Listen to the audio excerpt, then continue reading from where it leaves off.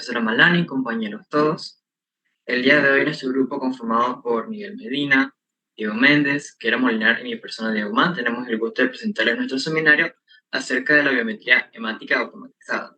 El día de ayer nosotros vimos como la parte manual de la biometría, entonces el día de hoy pues vamos a ver como la que es a través de los analizadores automáticos y vamos a ir detallando eso poco a poco a través de la charla que les vamos a presentar. Pero antes que continúen, quiero decirles que cuando es virtual, tienen que mostrar la pantalla de la cara, rostro. Así que Bueno, por favor, para que ya sepan de aquí con los doctores y conmigo, tienen que presentar la imagen. de Voy a estar acuerdo, revisando eso. está bien. Continúen. Bueno, ok, como contenido del seminario, pues vamos a tocar estos puntos, vamos a hablar de los pasos a seguir durante una extracción sanguínea y además cuáles son los errores que se cometen generalmente durante este proceso de flebotomía. También les tenemos un video que explica un poco como de los errores más comunes, pero seguiremos hablando a hablar de los términos que debemos utilizar cuando encontremos en un hemograma diferentes alteraciones tanto en la serie roja como en la blanca, con la serie plaquetaria y reticulocitaria. Hablaremos un poco de los analizadores hemáticos, que ya es donde ya se trata de las máquinas que van a entonces analizar esas muestras de sangre que hemos extraído y bueno, hablaremos como de sus principios, diferentes modelos que han surgido y su utilidad.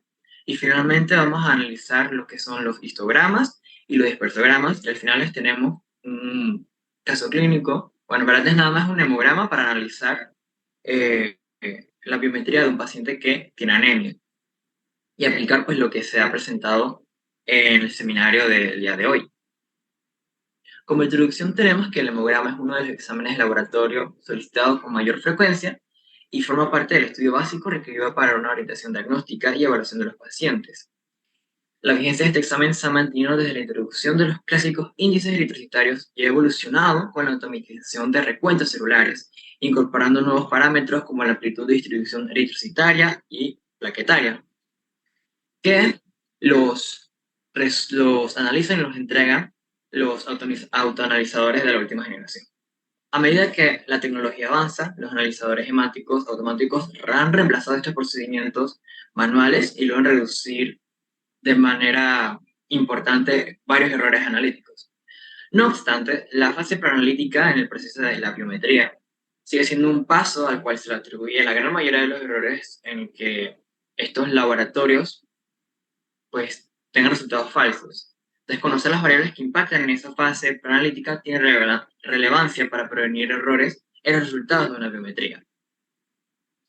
Entonces, primero vamos a ver cómo se tiene que extraer la muestra de sangre. ¿Qué es la flebotomía? La RAE lo define como el arte de sangrar, o es en fin como la acción de abrir o punzar una vena, pero para nosotros consiste en la extracción de una unidad de sangre determinada. Y es importante tanto que esté el paciente al que le vayamos a retirar la muestra esté preparado y también conocer como la técnica o qué pasos debemos seguir para esa extracción. Entonces, a grosso modo, pues para preparar al paciente tenemos que tomar en cuenta la postura, el ejercicio, el ritmo circadiano, si está estresado, la dieta y si es un paciente fumador. Y bueno, ya en sí, en general, los pasos típicos de la extracción, que consiste en preparar al paciente, el equipo que vamos a utilizar, limpiar el sitio donde vamos a punzar, el torniquete y los demás pasos que vamos a mostrar más adelante. Muy bien, ¿por qué preparar al paciente? Cada una de estas variables, ¿cómo deberían ser primero? Entonces, en la postura, que el paciente esté sentado, o bien si es un paciente hospitalizado, que está en decúbito supino, evitar cambiarlo a posición de sentado. En cuanto al ejercicio, se debe evitar que el paciente haya hecho ejercicio físico intenso al menos 24 horas antes de que se tome la muestra. En cuanto al ritmo circadiano, que la muestra de sangre es mejor, pues más apropiada tomarla en la mañana para estandarizar los resultados. En cuanto al estrés, pues que son pacientes que no esté muy ansioso o que no esté llorando, como ocurre en pacientes pediátricos. En cuanto a la dieta, pues debe haber realizado un periodo de ayuno de al menos 8 a 12 horas antes de la toma de la muestra, y si es un paciente fumador, que no debe haber fumado 2 horas antes de esa toma. ¿Por qué es esto? En cuanto al cambio de postura, esto puede provocar un flujo del fluido desde los vasos sanguíneos hacia el espacio intersticial. Y por las dimensiones de los elementos dentro del vaso sanguíneo, eso puede aumentar la concentración, lo que nos daría o reflejaría entonces en el análisis de la muestra de sangre un falso aumento de la hemoglobina o del recuento de glóbulos rojos o de glóbulos blancos. Asimismo, el ejercicio físico intenso reflejaría un falso aumento de neutrófilos y linfocitos, que es significativo y además que es un recuento alto que dura al menos 2 horas.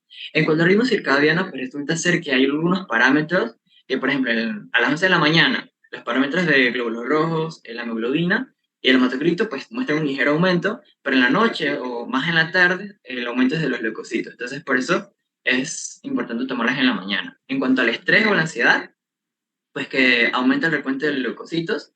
En cuanto a la dieta, hay influencia tanto de parte de los triglicéridos como de la glucosa. Los triglicéridos, ¿por qué? Porque el contenido alto de lípidos puede interferir en las pruebas donde se vaya a realizar medición fotométrica. En los analizadores hemáticos automáticos, que vamos a ver más adelante, pues utilizan diferentes métodos para hacer recuentos, mediciones de estos parámetros que vemos en el hemograma.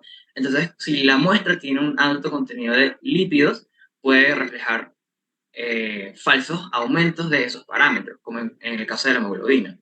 Y bueno, en el caso de la glicemia, si es una glicemia de un paciente que es mayor a 500 miligramos por decilitro, el valor del volumen corpuscular medio se va a ver afectado por el impacto osmótico que tiene la glucosa. Y bueno, en cuanto a los fumadores, pues va a reflejar falsos aumentos de recuentos de leucocitos y aumentos de la hemoglobina. Por esto es importante que el paciente esté preparado en cuanto a estas variables. Ahora sí, los pasos que vamos a seguir para extraer la sangre venosa se muestran aquí como en esta escalerita y este es el orden en el que los vamos a seguir haciendo. Como dijimos, pues preparar al paciente, que no solo es prepararlo para tomar bien la muestra, pero también explicarle el proceso de la extracción y también preguntarle por las condiciones médicas, que sería, bueno, preguntarle si está en ayunas, si fumó, si ha hecho ejercicio intenso, etc.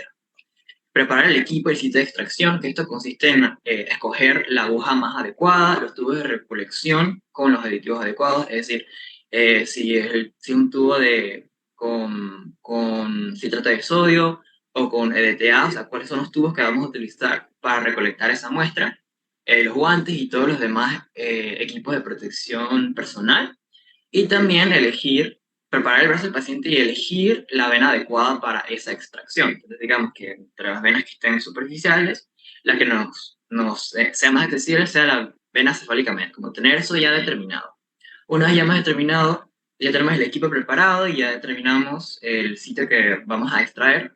Tenemos que limpiar entonces sobre la piel de la vena elegida con una solución aséptica y esto nos ayudará a reducir el riesgo de infecciones.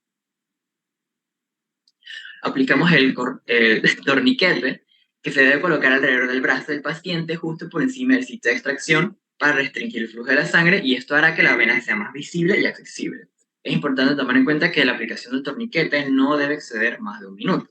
Entonces, aquí les vamos a mostrar pues, un video de los siguientes pasos que consiste en punción de la vena, que debe realizarse con un ángulo de 15 a 20 grados. Y vamos a ver.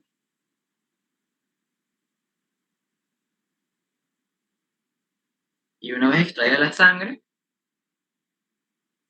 eh,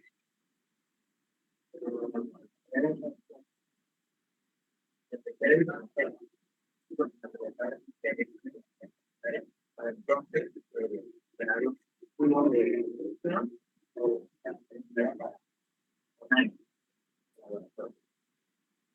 muestra retirar la uva, que está en función, en el sitio de función con algún algodón estéril para detener esto.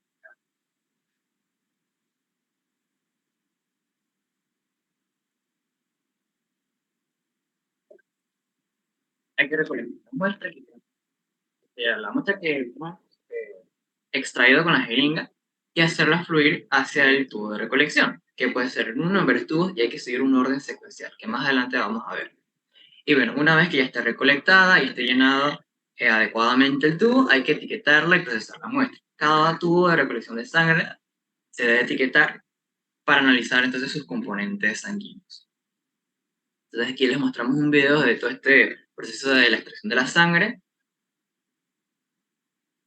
Hola ¿Se amigos, mi escucha el nombre es Felipe audio? López, soy enfermero intensivista. El día de hoy les voy a enseñar un video Ok. corto de cómo tomar exámenes de laboratorio, desde cómo hacer la punción y cómo introducir la sangre en el tubo para posteriormente llevarla a analizar. Acompáñenme en este video. En este video les voy a mostrar cómo tomamos las muestras en el área hospitalaria con una jeringa, ¿ok? Igual, vamos a colocar previamente el lavado de manos, vamos a colocar el torniquete. Ya una vez observamos la vena que vamos a utilizar, vamos a realizar la asepsia con alcohol isopropílico del centro de periferia, bien delimitada el área. De nuevo, del centro de periferia.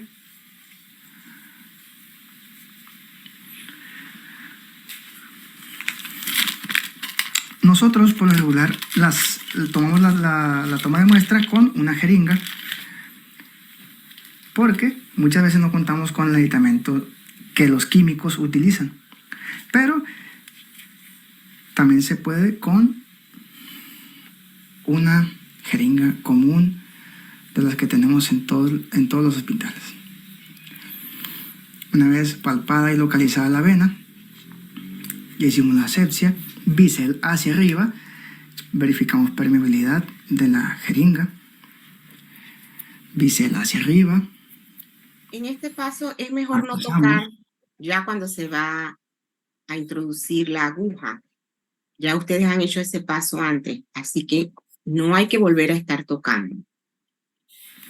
Aunque tengan guantes, de todas maneras, el guante pasa por el brazo, mira que él está haciendo por todos lados, está tocando.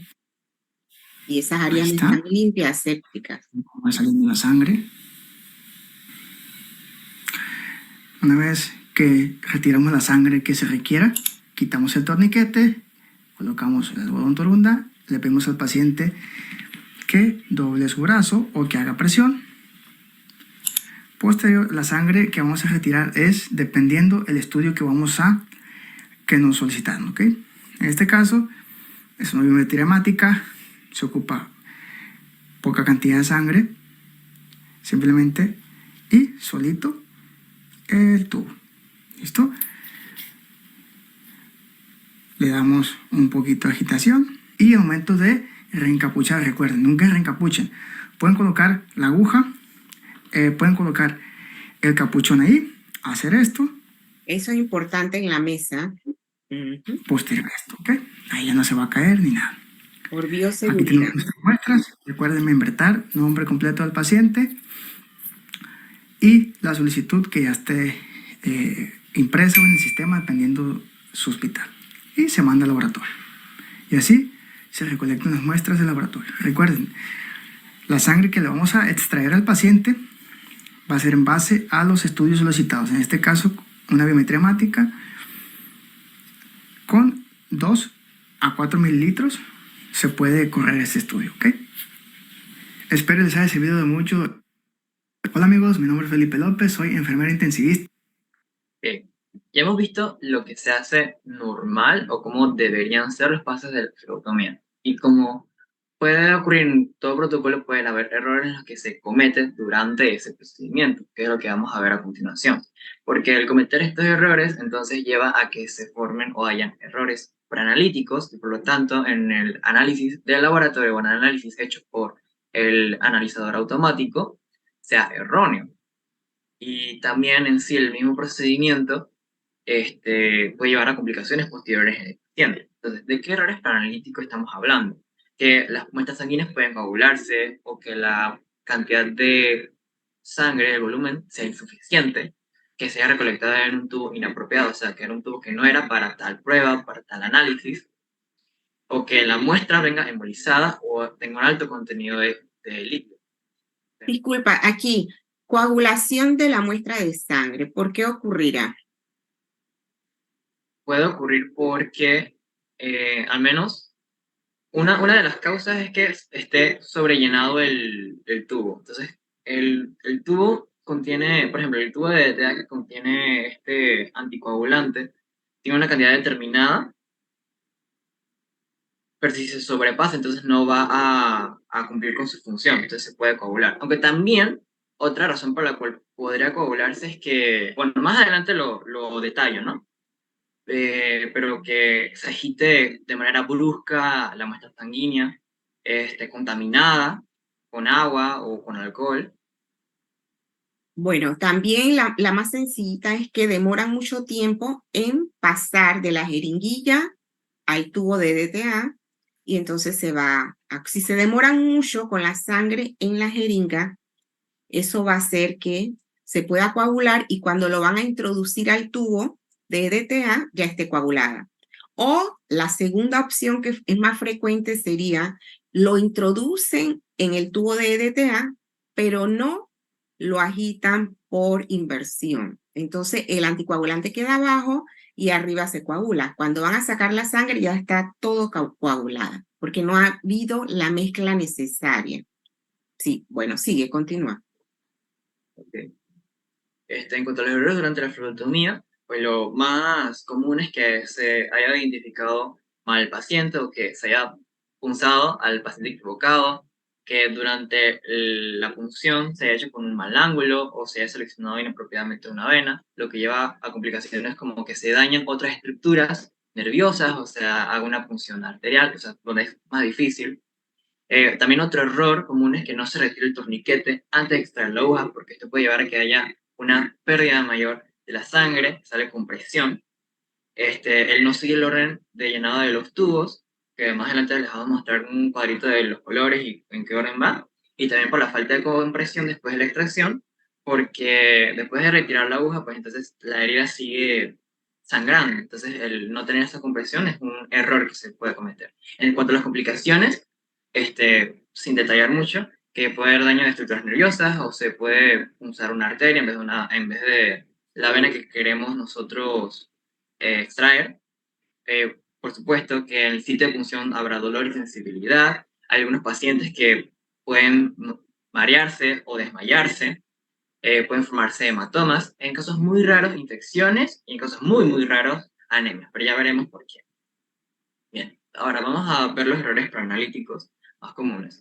Como dijimos, una de esas es la coagulación de muestras sanguíneas. Este es el error más común observado. Primero que hay dificultad para extraer la sangre. Como ya dijo la doctora, la sangre se puede coagular dentro de la jeringa, entonces mucho tiempo tratando de extraer la sangre y pasarla al tubo, pues influye en que se coagule la muestra. También que hay un mal almacenamiento, en este caso almacenar la muestra en un refrigerador, o que se recolecta la muestra por encima o por debajo del llenado de lo que indica el fabricante. Eh, También transferir la sangre de un tubo a otro, especialmente de tubos que contienen coagulantes a tubos con EDTA. Y así, esas serían como las causas los factores más, más Frecuente. frecuentes. Entonces aquí les tenemos como una imagen de cómo se ve cómo se coagula en una muestra.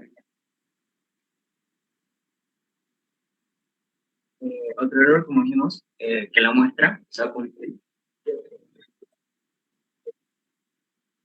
cada uno de los tubos de recolección especifica qué tanto se debe extraer al acceder a la vena, porque esto es para proporcionar una relación correcta entre la sangre y el anticoagulante, que es necesaria para que el resultado de la prueba o esa muestra que se vaya a analizar el resultado sea preciso.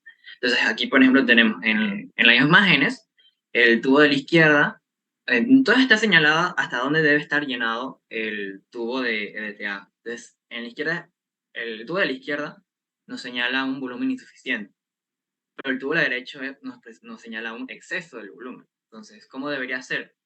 En la línea que indique el tubo del fabricante. La hemólisis, que consiste en la agregación de globos rojos, ya sea in vitro o in vivo. De hecho, La anterior, disculpa que había tapado el micrófono. La anterior. Sí, o sea, la ideal es donde está la marca de llenado completo, ¿no? Que sería la del medio. sí, la del medio. Ajá. Sí, pero digamos que si nosotros en el laboratorio, con la última todavía no funciona porque vamos a hacer pocas pruebas, ¿sí? Ya si fueran muchas pruebas, entonces sería esto, sería acá. Nada más era para que sepan que con esta cantidad podemos trabajarlo, pero lo ideal sería la del medio, ¿no? ¿Sí? Ok, sigue. Y los siguientes errores, entonces, como decía, la hemólisis. ¿Qué pudiera causar la hemólisis? Bueno, primero una aplicación prolongada del torniquete, o que se haya elegido una aguja de un tamaño muy pequeña, como dije, que la muestra esté contaminada con etanol o con agua, el agitar el tubo después de la extracción o durante el transporte, o nuevamente que la extracción de sangre sea de un volumen insuficiente. La importancia de este error preanalítico es que, si bien la hemólisis de la muestra es parte del método de la medición de la hemoglobina, si ocurre antes, entonces altera otros parámetros, como el cuento de reticulocitos y el hematocrito, que se van a ver falsamente disminuidos, aunque la hemoglobina no se vaya a ver afectada. Y finalmente el de la lipemia, que va a interferir con el recuento completo. El método en el que se basan los analizadores es recuento de partículas, y un elevado nivel de triglicéridos, o sea, kilomicrones y lipoproteínas. O sea, estas partículas se pueden contar como plaquetas o glóbulos rojos. Entonces, tendremos un resultado falsamente elevado. Y además también que tiene un impacto en la matriz de la muestra, porque va a provocar una dispersión que no se desea, una dispersión de la luz. Entonces, en las pruebas de análisis por métodos fotométricos, va a interferir con la medición de la hemoglobina y provoca niveles elevados. Entonces, aquí en la imagen lo que queremos ilustrar es el espectro de absorción que tienen los lípidos y en comparación con la hemoglobina, que podemos ver que entonces en ese método de medición la va a contar como si fuera hemoglobina, y por eso lo cuenta como si fuera elevado. Ahora, esto no solamente puede ocurrir en lipidemias, pero también puede ocurrir en bilirrubinemia. Por eso también en la gráfica que queremos mostrar que el espectro de absorción que tiene la bilirrubina. Y bueno, en resumen, si la muestra está coagulada, el parámetro que va a estar alterado generalmente van a ser el recuento de glóbulos rojos y el hematocrito, que van a estar aumentados. En cuanto a la hemólisis, pues van a disminuir estos parámetros, aunque la hemoglobina no va a ser alterada. Y la lipemia, que va a aumentar falsamente la hemoglobina y la hemoglobina corpuscular media. Bien, este es un video de los errores que se cometen durante la flebotomía, y lo voy a colocar.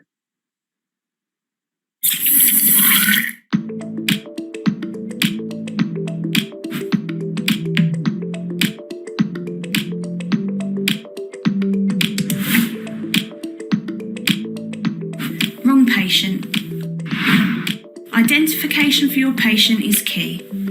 Any mistakes within the admin or taking of samples reaching the lab could mean misdiagnosis for your patient, wrong medication prescribed.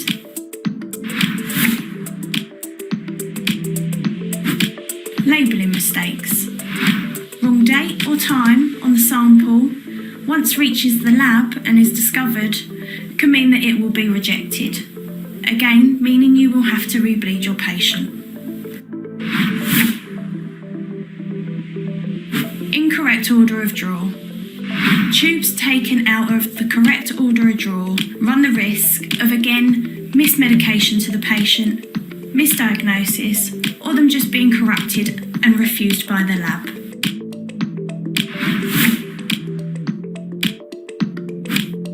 Underfilling tubes.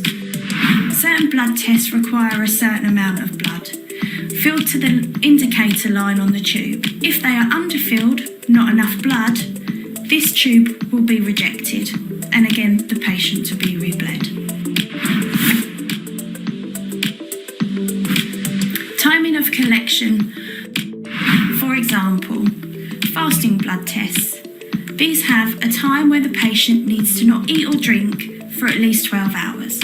If the patient has eaten within 10 hours, the test will be unable to be obtained due to the fact that it would give an incorrect result. To be taken after so many hours of medication. This is a blood test that will need to be taken 4 hours maybe after the patient has taken their dose of medication. This is to give the prescribing physician the correct information to then redose the patient. If it's taken at the wrong time, it can lead to missed medication. Samples taken in the wrong tubes. If it's requested that an FBC is taken, this should be taken in a purple tube. If the sample is sent in a gold tube, it will be rejected by the lab and the patient again will need to be rebled.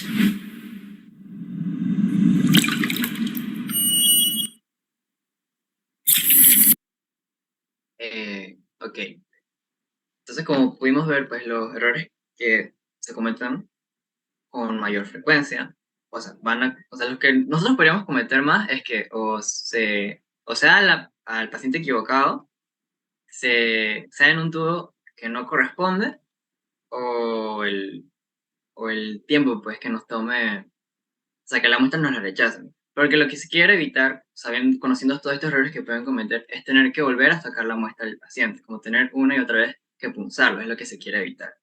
Y bueno, uno de los errores que también se mencionó en el video es, si uno de los errores es la secuencia en la que se llenan los tubos, entonces en qué orden hay que llenarlos. Entonces en este cuadro que saqué de una guía, pues nos colocan pues bastante bien pues tanto el color como cuál aditivo y qué tantas veces hay que mezclarlo por inversión. Entonces, por ejemplo, si se trata de 3 tubos y tú tienes un tubo con tapa morada, una con azul y una verde, entonces ya tú sabes que la de la tapa azul es con citrato de sodio, la tapa verde es con heparina y que la tapa morada es la de EDTA. Entonces, primero la llenarás de azul, luego verde y luego morado. Y la vas a mezclar por inversión esa cantidad de veces. Si es la azul, de 3 a 4 veces. Si es la verde, de 8 a 10 veces. Y si es morada, de 8 a 10 veces. Aunque no sé si en el laboratorio vamos a hacerlo de 3 a 4 veces o si es diferente, pues, porque esta es como una guía con la que, pues, hay, pero no sé si en el laboratorio cuenta así, profesora. Bueno, en realidad, más o menos 5 veces es aceptable. ¿Ya? 5 Ok. a 8. Para darlo en el rango más bajo. Ujú. Ok. Y como les dije, ¿qué complicaciones pueden mostrarse en el paciente? Es como si se requiere pues, punzar varias veces, hay riesgo de que se dañen otras estructuras, pues se pueden dañar estructuras nerviosas o punzar una arteria naturalmente, porque es un proceso invasivo, pues va a generar dolor en el sitio de punción, pero es algo leve y desaparece en unos días. Algunas personas que por la ansiedad o la reacción que tienen al ver la sangre o las agujas, pueden experimentar esa sensibilidad de debilidad o de desmayo, pero eso también se resuelve rápidamente. La complicación más frecuente es, después de una flebotomía, son los hematomas, y eso va a ocurrir siempre por una lesión de un vaso sanguíneo durante la extracción, pero también se resuelve con el tiempo. Y bueno, las complicaciones más raras es que haya una infección en el sitio de punción, porque siempre hay un riesgo mínimo, y en la anemia, que es en casos raros, pero ocurre en, por ejemplo, pacientes hospitalizados que se les extrae sangre varias veces, se les hacen múltiples flebotomías. Entonces, tiene el riesgo de desarrollar una anemia por pérdida de sangre. Bien, ahora vamos a ver los diferentes parámetros, los diferentes índices que hay en el hemograma que se analizan y qué términos utilizar cuando vemos alteraciones. Los índices hematológicos son los parámetros que nos van a permitir confirmar o desechar un diagnóstico presuntivo. Entonces, estos son los índices, qué significan y cómo se interpretan. El volumen corpuscular medio nos va a hablar del tamaño por medio de los eritrocitos. Entonces, si el tamaño es promedio, hablaremos de normocítica. Pero si está debajo del promedio, es microcítica, o arriba del promedio, macrocítica. En caso de la hemoglobina corpuscular media, habla del contenido promedio de la hemoglobina de los eritrocitos. Si el contenido es promedio, hablamos de normocrómica. Si es debajo del promedio, es hipocrómica. Si es por encima del promedio, es hipocrómica. En cuanto a la concentración de hemoglobina corpuscular media, aquí habla del promedio de la concentración de la hemoglobina en un eritrocito y da la relación entre el peso de la hemoglobina y el volumen del eritrocito. Aquí veremos si está aumentado o disminuido. Y está el RW o el ADW, que es la distribución del reticulocitos, que va a medir entonces número y tamaño de los eritrocitos, que puede ser heterogéneo, es decir, diferentes tamaños, u homogéneo, que son todos del mismo tamaño. Antes que siga, espérate, pásala.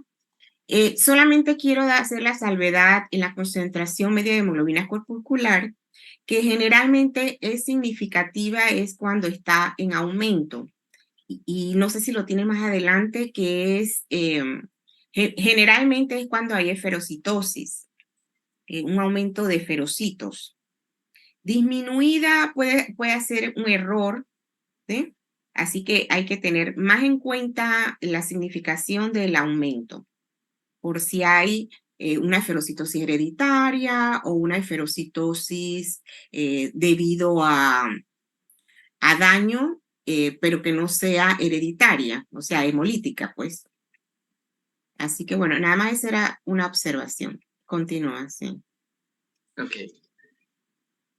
Ahora, ¿qué términos utilizar en las alteraciones de serie roja y serie reticulocitaria? En la serie roja nos vamos a fijar en el recuento de eritrocitos, los niveles de hemoglobina y hematocrito, que son distintos para tanto hombres como mujeres.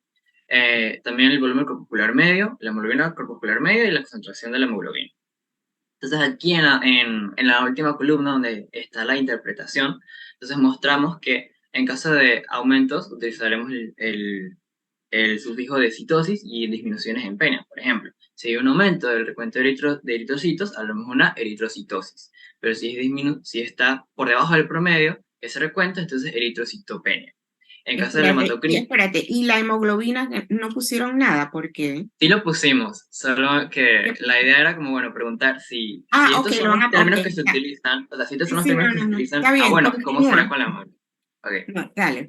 En el hematocrito, pues del promedio si está aumentado o disminuido. Aquí no encontramos como términos específicos. Como ya hablé del volumen corpuscular y la hemoglobina corpuscular, macrocitosis o normocitosis o microcitosis en caso del volumen, o cromía en caso de la concentración de la hemoglobina o corpuscular media. O sea, hipercrómico si está aumentado, normocrómico si está en el promedio, hipocrómico si está por debajo. En cuanto a la serie reticulocitaria, aquí vamos a ver, disculpen, me faltó hablar de la distribución de los eritrocitos, que, bueno, ya dije, puede ser de diferentes tamaños o heterogénea, que nos va a indicar que se indica si cuando está aumentado ese valor, y si está por debajo o lo normal, en el promedio, se considera homogéneo, todos del mismo tamaño. En cuanto a la serie reticulocitaria, pues aquí vamos a ver tres parámetros: el recuento de reticulocitos absoluto y el relativo. Y aquí realmente lo que vamos a ver es si hay aumento o disminución, o sea, aumento de reticulocitosis y disminución reticulocitopenia. Y también se toma en cuenta el índice de producción reticulocitaria, que es el IPR.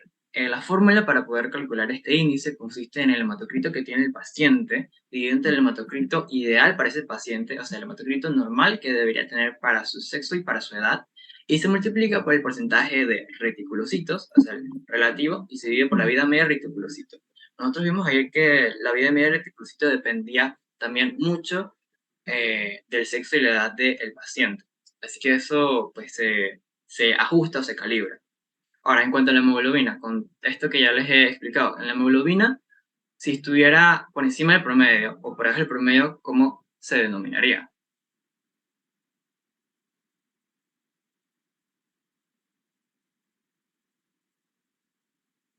Si alguien puede Anemia. decir. Disminuido y aumentado. Correcto. Entonces, esos serían pues los términos que se utilizan en las alteraciones que hay de la serie roja. Ahora, en cuanto a la serie blanca, juega con las mismas reglas. O sea, si hay un aumento, el sufijo de citosis, si hay una disminución, en penia. Pero bueno, pero podemos ver que en los neutrófilos, pues si hay un aumento, es neutrofilia.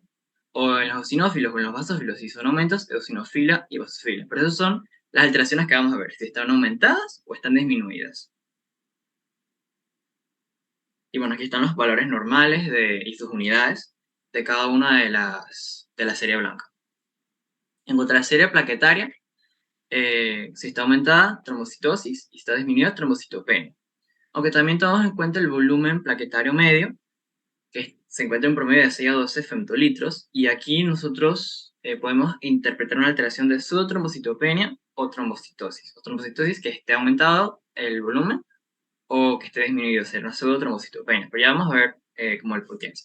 Conocer estos términos y estas alteraciones tiene alguna relevancia, pues sí. Por ejemplo, ya vimos los términos de anemia, microcítica y purómica, pues. Que en el laboratorio vamos a ver que está la hemoglobina disminuida, el volumen corpuscular disminuido y la hemoglobina corpuscular disminuida. Entonces, ¿qué relevancia clínica tiene esta alteración del parámetro? Bueno, en la clínica la cosa más frecuente es la ferropenia. Entonces, esto lo vamos a confirmar con la historia clínica y con una estudia cinética de hierro. Entonces, algunos diagnósticos o patologías de fondo que alteran los parámetros del hemograma que llevan a esa condición, que es la anemia microcítica hipocrómica, está el sangrado crónico, talasemia o anemia de enfermedades inflamatorias crónicas. Entonces, aquí pues les pongo de ejemplo cada uno de los términos y como qué relevancia tiene. En la anemia macrocítica, bueno, la hemoglobina está disminuida, el volumen corpuscular medio está aumentado, que lo causa con mayor frecuencia, déficit de vitamina B12 o de ácido fólico. ¿Y qué patologías podrían causar esa condición? Anemias por deficiencia vitamínica, síndromes mielodisplásicos, pacientes gastrostomizados, anemias secundarias a hepatopatías crónicas. Bueno, es una anemia normocítica normocrónica. Eso quiere decir que la hemoglobina está disminuida, pero los valores del volumen corpuscular y el hemoglobina corpuscular están en niveles normales o dentro del promedio. Y esto puede ser por causas tanto hematológicas como sangrados agudos o no hematológicas como una anemia de insuficiencia renal crónica. Policitemia o también poliglobulia, que ya dijimos que es el aumento de la hemoglobina, aunque las cosas más frecuentes consisten en o una hemoconcentración, como ocurre en pacientes que están severamente deshidratados o que recientemente han recibido quemaduras, o una hipoxemia severa, que eso es pues por una enfermedad respiratoria. Hay una policitemia que es secundaria a esa patología, o por el efecto de la altura, que son las cosas más frecuentes, o en sí si tiene policitemia vera, que es la patología.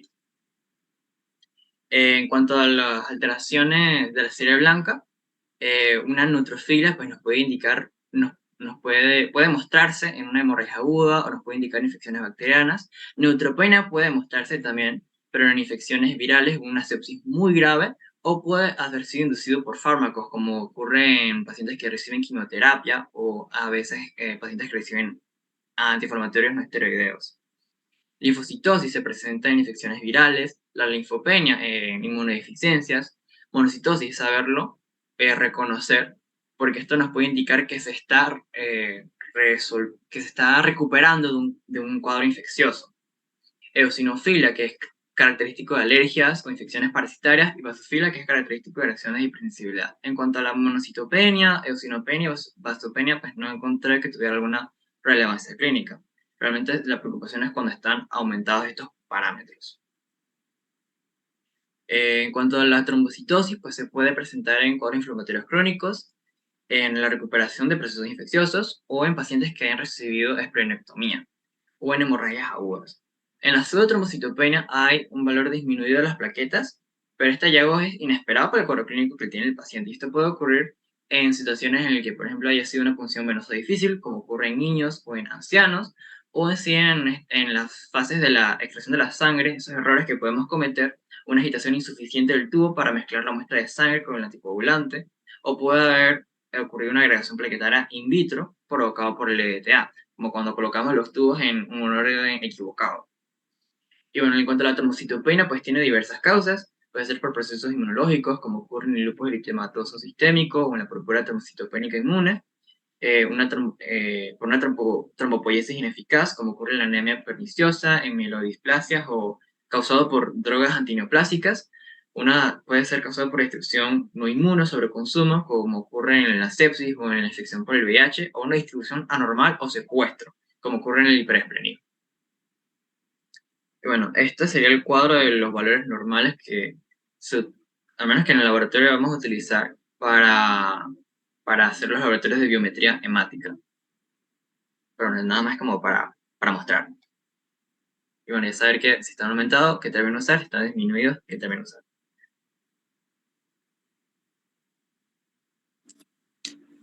Ok, Bueno, yo continuaré con lo que son los analizadores hematológicos. O sea, estos no son más que el propio dispositivo que se utiliza para tanto cuantificar como caracterizar automáticamente los... Miguel, no puedes abrirlo o estás por el teléfono. El video, déjeme... No, pensé que sí lo tenía abierto. No, la presentación, o sea, quiero ver tu rostro. Sí, ahorita tengo la cámara encendida, ¿no? Mm. ¿No me ve? No se ve. ¿Ustedes lo ven? Sí, profe. Sí, no sé qué. Espérate, ya, ahora sí. Dale, que lo había cerrado, dale. Entonces, Dale. yo continúo con los analizadores hematológicos. Esto no son más que el propio dispositivo que se utiliza para lograr la cuantificación y caracterización de los componentes celulares de la sangre. Hablamos de plaquetas, hablamos de glóbulos rojos, glóbulos blancos. Entonces, el resultado que este dispositivo nos envía es lo que nosotros conocemos como hemograma completo. A nosotros como médicos, en verdad lo que nos compete es saber identificar en ese hemograma qué es lo que significan todos esos valores, todas esas gráficas que vamos a ver más a continuación. Pero por supuesto también ayuda a entender cómo es que ese dato llegó allí en primer lugar, cómo ocurre esa recolección del dato. Para eso vamos entonces a entender cuáles son los principios detrás de estos analizadores. Vamos a ver también unos cuantos modelos que existen en la realidad de estos analizadores. Siguiente. Ok, en cuanto a los principios, a pesar de que existen muchos modelos de analizadores en el mercado con distintos fabricantes, distintos grados de complejidad, etc., en verdad, solo dos principios básicos son los que se utilizan en la mayoría del funcionamiento de estos dispositivos, los cuales son la impedancia eléctrica y la dispersión óptica. La impedancia eléctrica también se conoce como resistencia de corriente continua, vamos a utilizar un poco de términos de física básica, y también es conocida como el método de Coulter. Pero además tenemos otro tipo de resistencia, el cual va a ser la radiofrecuencia. Esta, a diferencia de la impedancia, es una resistencia de corriente alterna. Entonces, normalmente se utiliza la impedancia eléctrica junto a la radiofrecuencia para obtener mayor cantidad de datos y con eso poder entonces analizar células más complejas, que lo explicaré mejor más adelante. Y bueno, la dispersión óptica en verdad es el principio más básico utilizado para la citometría de flujo, que sí es la técnica más utilizada actualmente en los citómetros de flujo, los analizadores. Así que continuamos. Bien, entonces la impedancia eléctrica. Esta se basa simplemente en la medición de cambios en la resistencia eléctrica que se producen por las células cuando atraviesan una pequeña abertura. Aquí en el diagrama que vemos, la estructura en rojo viene siendo una estructura de vidrio, dentro de la cual se encuentra un diluyente, el cual va a ser un conductor eléctrico, como por ejemplo la solución salina. Entonces, en ese diluyente, en la parte externa, que es donde podemos ver el electrodo con el símbolo negativo, ahí vamos a tener las células. Estas células van entonces a pasar a través de una estrecha abertura, que es la que está indicada por la flecha y circulada, hacia un polo positivo. Entonces, la diferencia entre estos dos electrodos es lo que conocemos como impedancia. Y esa impedancia se va a registrar cuando la célula atraviesa por la apertura. Ahora, en el recuadro donde tenemos las células y la apertura, vamos a ver que tenemos arriba un glóbulo rojo que es más grande y abajo un glóbulo rojo que es más pequeño. De esa misma forma, los glóbulos rojos que son más grandes van a registrar una onda o de pulso eléctrico que es más grande, a diferencia de la que es más pequeña. Entonces, con esto podemos decir que este principio nos ayuda a medir el tamaño de las células. Entonces, la altura del pulso va a ser directamente proporcional al volumen de esa célula. Y la cantidad de células que pasen a través de esa apertura se va a registrar proporcionalmente como la cantidad de pulsos que sean registrados por el dispositivo. Entonces, esto nos permite caracterizar y cuantificar principalmente glóbulos rojos. A diferencia de otros principios que vamos a ver más adelante, este no es muy útil para la cuantificación de glóbulos blancos, más que nada para la caracterización de los mismos, o mejor dicho, la diferenciación, ya que sabemos que tenemos distintos tipos de glóbulos blancos, neutrófilos, linfocitos, y cada uno de ellos tiene tamaños diferentes, pero no son tan distintos uno entre el otro como para lograr diferenciarlos. Entonces, este método es principalmente usado para glóbulos rojos. Siguiente. La radiofrecuencia es prácticamente el mismo principio anterior al tubo de vidrio, con la dilución, las células pasando a través de las aperturas, eso se mantiene, pero vamos a agregar una resistencia de radiofrecuencia. Entonces, donde vamos a ver que el volumen total de la célula va a ser el cambio que ocurría en la impedancia, pero la densidad interior de la célula va a ser proporcional al cambio en la señal de radiofrecuencia. Esto lo podemos ver en la imagen donde vemos las ondas con la célula en medio. Vemos que la señal de radiofrecuencia atraviesa la célula, logrando entonces captar las características internas de la misma, los núcleos, los gránulos, etc. Mientras que la señal de impedancia, que es la que está abajo, la TC, esa solamente capta la parte externa de la célula, nos puede decir cuál es el volumen de la misma. Entonces, si nosotros combinamos estos datos, tanto la parte externa como la parte interna, sí nos permite lograr diferenciar distintos tipos de células blancas en las 5 partes que conocemos: neutrófilos, linfocitos, monocitos, eosinófilos y basófilos. Entonces, con estos datos combinados podemos crear lo que es un dispersograma, que es la imagen de puntitos que vemos allí y que será mejor explicada más adelante. A diferencia de la impedancia eléctrica, que como solo nos daba el dato de tamaño y cantidad, eso lo que nos permite hacer es un histograma, que también será explicado más adelante. Ok, siguiente. Ahora, el principio realmente más usado actualmente es la dispersión óptica, y este entonces se puede utilizar como metodología principal o en combinación con otros métodos. Los sistemas de dispersión óptica son los que conocemos como citrómetros de flujo, y ellos se basan en una corriente de células en una solución que se dirige hacia una fuente de luz láser. Como vemos aquí, el tubo gris de en medio tiene unas bolitas que vienen siendo las células, ellas van a ir bajando, y entonces el láser va a atravesar esa célula, y lo que va a ocurrir es que la luz se va a dispersar. Va a tener una dispersión frontal, una dispersión lateral. Entonces, dependiendo de qué tanta luz se dispersa, asimismo vamos a tener un dato. Entonces, esos datos van a ser recolectados por fotodiodos que generan entonces una señal eléctrica, y a partir de esa señal podemos tener gráficas interpretables, lo cual también viene siendo un dispersograma. Entonces, lo importante aquí que se lleven es que la dispersión de luz frontal es la que se correlaciona con el volumen de la célula. Esa nos va a decir qué tan grande es la célula. Con eso podemos diferenciar, por ejemplo, un glóbulo rojo de un glóbulo blanco de una plaqueta. Pero no podríamos diferenciar los glóbulos blancos entre sí. Así que para eso también utiliza la dispersión lateral. Ella lo que nos habla es el grado de granularidad o complejidad interna de la célula. Como sabemos, los glóbulos blancos, dependiendo de qué granulocito es, puede tener una cantidad de gránulos, los cuales son gránulos más pequeños, gránulos más grandes. Sabemos que tienen núcleos, hay núcleos que son segmentados, núcleos no segmentados. Así que todas esas características pueden interpretarse por medio de esta dispersión de la luz lateral. Entonces, este método ya es más amplio en cuanto a la cantidad de cosas que puede analizar, porque podemos cuantificar y caracterizar glóbulos rojos, glóbulos blancos y también plaquetas. Por eso es que el que más utilizado actualmente. Ok, siguiente. Ahora les hablaré un poco de variedades de modelos que existen en el mercado. Todos siguen los principios mencionados, pero en diferentes combinaciones, ¿ok? O sea, estos principios, puede que el Sysmex, y también lo veremos más adelante en un cuadro comparativo, utilice impedancia, por ejemplo, para glóbulos rojos, utiliza dispersión óptica para sus glóbulos blancos, para sus plaquetas también. Al final, cada uno se ajusta a necesidades diferentes de laboratorio y, bueno, mercado, ¿no? O sea, calidad-precio, toda la competencia que existe actualmente en querer tener el mejor producto, que te compren el producto. Y bueno, esto es lo que nos pueden ofrecer estos modelos. Siguiente. Ok, comenzamos entonces con el Sysmex XN1000. También algo importante es que cada uno de estos dispositivos nos va a lanzar una biometría diferente, que es pues la imagen con el papel y los datos que le estoy presentando al lado. Cada una puede presentar, por ejemplo, aquí vemos cómo nos dividen los parámetros de la serie roja, de los parámetros de la serie blanca y de plaquetas. Vemos a un lado distintos dispersogramas, que son estos que tienen los puntitos, y abajo entonces nos pone los histogramas. Por ejemplo, lo que más utiliza es el flujo de citometría, ¿no? Que era el principio de dispersión óptica. También posee un método de impedancia con enfoque hidrodinámico, o sea que es una técnica combinada, y vamos a ver que puede tener hasta un rendimiento de hasta 100 muestras por hora. Siguiente.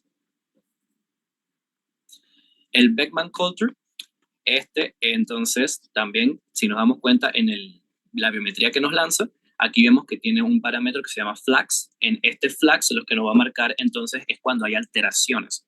Ya es algo adicional que no tiene, por ejemplo, el dispositivo anterior. Entonces ahí puede marcar una crucecita, una flecha, que te diga si el parámetro está alterado y entonces puede permitir una lectura más rápida o acertada de quien ve esta biometría. Entonces aquí vemos que los histogramas nos los divide entonces en la parte superior, los dispersogramas en la parte inferior. Este incorpora entonces un nuevo diseño eléctrico y mecánico con tecnologías de algoritmos más avanzados para el análisis de estos hemogramas y por eso entonces también tiene ese ítem adicional de las flags. Siguiente. Bueno, el Abbott Cell DY Sapphire emplea tecnología donde los leucocitos se pueden diferenciar en un solo paso, tiene una capacidad de hasta 105 hemogramas completos por hora y vamos a ver que tiene citometría de flujo en múltiples ángulos, además también de tamaño celular por impedancia. Ya estamos viendo técnicas combinadas. Entonces, vemos que tiene la característica de que los dispersogramas no solo utiliza un solo patrón para el color de los puntitos, sino que también los mezcla con azules, para poder entonces hacer una diferenciación más exacta de los mismos. Siguiente.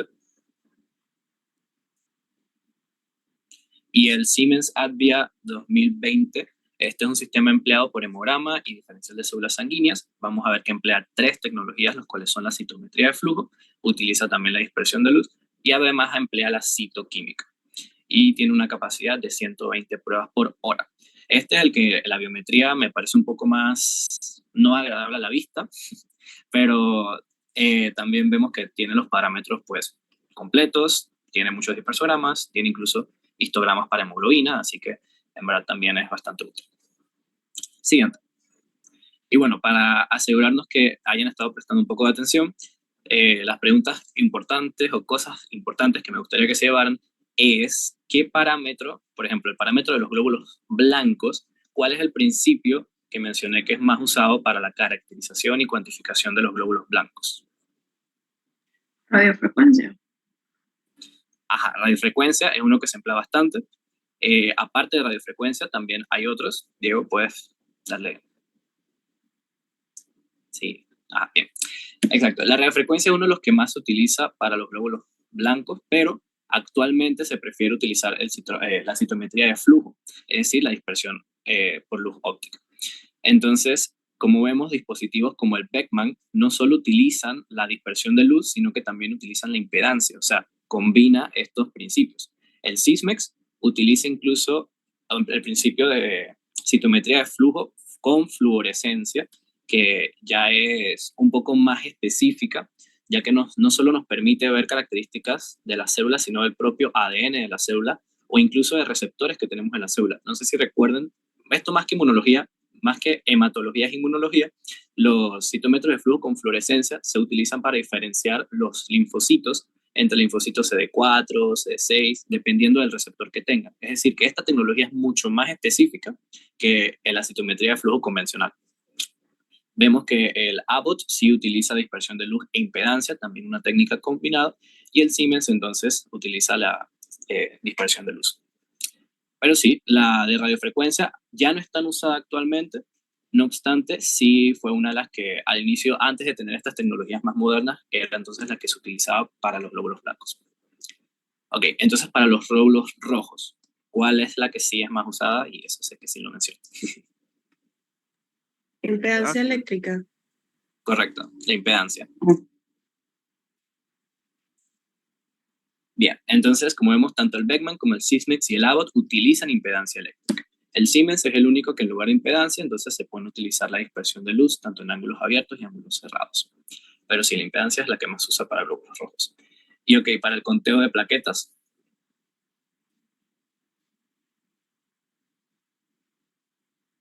La dispersión óptica. Sí, la dispersión óptica. Ok, entonces aquí, como vemos también, combinamos los sistemas. Usamos dispersión óptica con impedancia, tanto en el Beckman como en el Sysmex. En el Abbott también se combinan, y entonces el Siemens es el único que utiliza solamente la dispersión óptica. Lo importante que me gustaría que se llevaran aquí es que tenemos distintos modelos en el mercado, cada uno utiliza principios diferentes, pero lo importante que debemos saber es identificar en un dispersograma, en un histograma, qué es lo que estamos viendo, si nos habla del volumen de las células, si nos habla de la cantidad de células o de qué tan compleja es su estructura interna, y ya saben entonces de dónde vienen o cómo se obtienen todos estos datos. Siguiente. Y ok, en cuanto a la utilidad, bueno, estamos hablando de una biometría hemática, es prácticamente la prueba de laboratorio más pedida en toda la práctica clínica. Vemos que puede utilizarse tanto para un diagnóstico médico, recordemos que no es para pensar en un diagnóstico, sino para confirmar o negar un diagnóstico. Ya nuestro compañero Diego nos mencionó muchas enfermedades, sobre todo anemias, que podemos confirmar por medio de saber si el paciente tiene cuál es su condición hemática en cuanto a su hematocrito, en su volumen corpuscular medio, nos ayuda a diferenciar muy bien y entonces es la prueba física que nos va a complementar nuestro juicio clínico, nuestra historia clínica, examen físico. Entonces diferentes enfermedades como anemias, leucemias, infecciones, trastornos de la coagulación, todas ellas pueden ser confirmadas o denegadas por medio de exámenes de biometría hemática. También para el seguimiento de tratamientos, para evaluar la eficacia y necesidad de los ajustes en terapias. El ejemplo, creo que el primero que se me viene a la cabeza es en los pacientes con cáncer. Es prácticamente ley en la consulta externa oncológica que el paciente lleve una prueba de biometría hemática completa, ya que sin esta no pueden entonces ponerle su quimioterapia. Por experiencia personal, rotando en el oncológico, siempre en toda consulta externa, si el paciente no tenía su biometría hemática, lo mandaban a que se le hiciera, hasta entonces no se le atendía, porque de no saber el estado de los glóbulos blancos de ese paciente, en verdad no podían iniciarle o continuarle la quimioterapia. Así que es prácticamente un requisito obligatorio. En cuanto a exámenes rutinarios, siempre se ha dicho que todo adulto debe ir por lo menos 2 veces al año al doctor, solo para hacer un control general de salud, como parte de la medicina preventiva. Entonces, sí, también hasta para eso. Y en donaciones de sangre nos ayuda también a garantizar que pues, la sangre que estamos recibiendo tenga la seguridad y la compatibilidad sanguínea necesaria para los donantes y que pues no estemos donando sangre con algún tipo de enfermedad, con alguna leucemia, anemia, etc.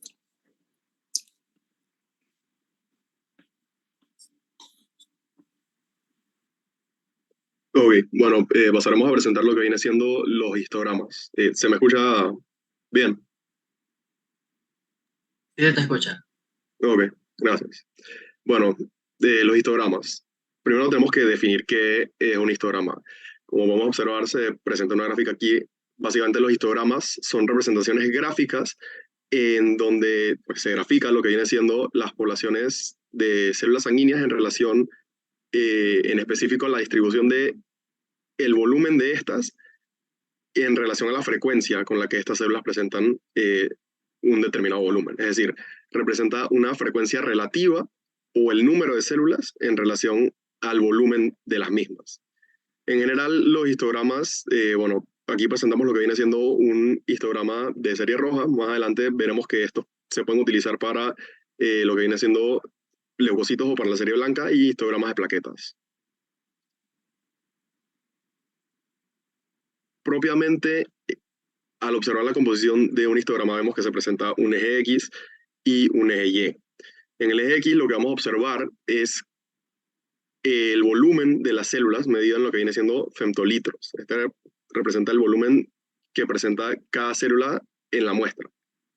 Mientras que en el eje Y lo que se representa más en números relativos, en un porcentaje, viene siendo el recuento celular, por decirlo de alguna forma, o la frecuencia de aparición de las poblaciones celulares. Además del eje X y eje Y, vamos a observar lo que viene siendo los límites o discriminantes, también llamamos discriminators. Vamos a presentar, observaremos más adelante cómo varían dependiendo del tipo de histograma, si es de serie roja, serie blanca o de plaquetas, pero siempre se va a presentar lo que viene siendo un lower discriminator y un upper discriminator o un límite superior o inferior, que principalmente la función es para limitar o para indicar el límite entre diferentes poblaciones celulares. Por ejemplo, en la gráfica de arriba, lo que observamos en la curva más grande corresponde a lo que viene siendo una población de serie roja, mientras que en lado izquierdo de la línea punteada, lo que observamos viene siendo un histograma que correspondería a las plaquetas. Y este es el que permite limitarlo el limitante.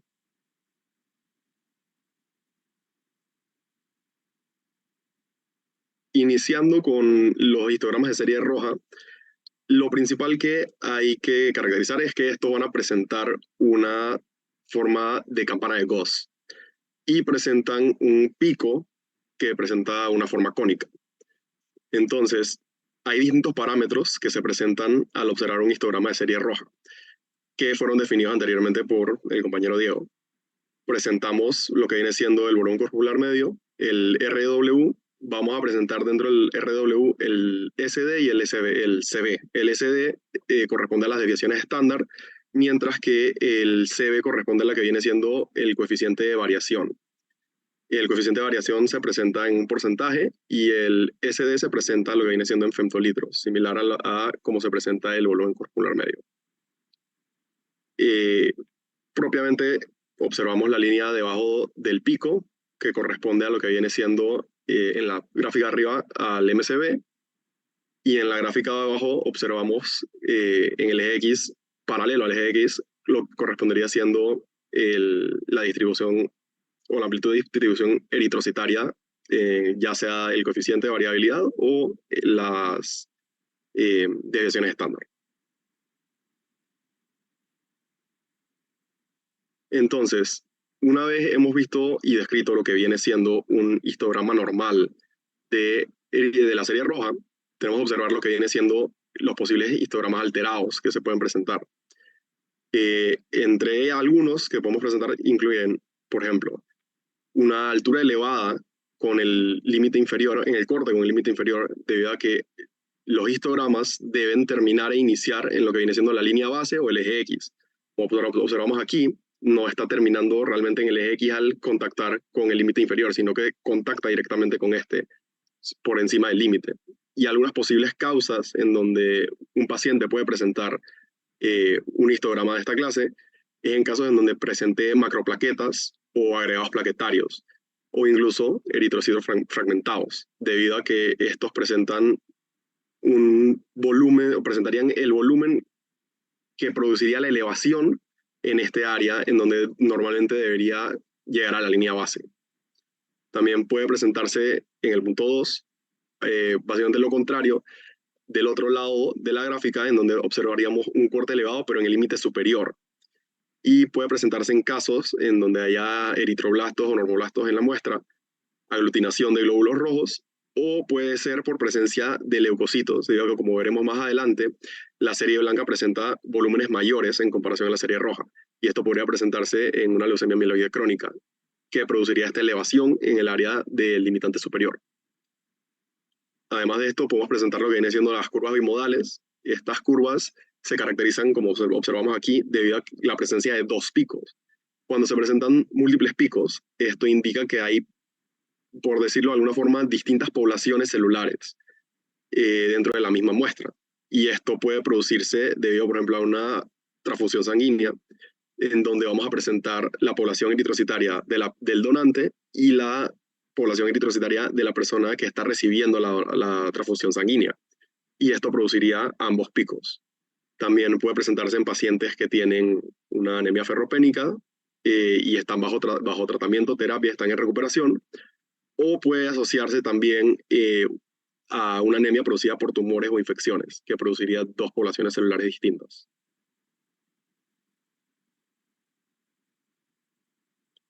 Luego, pues se presentan lo que viene siendo desplazamientos propiamente de la gráfica, en donde puede haber desplazamientos hacia la izquierda o hacia la derecha.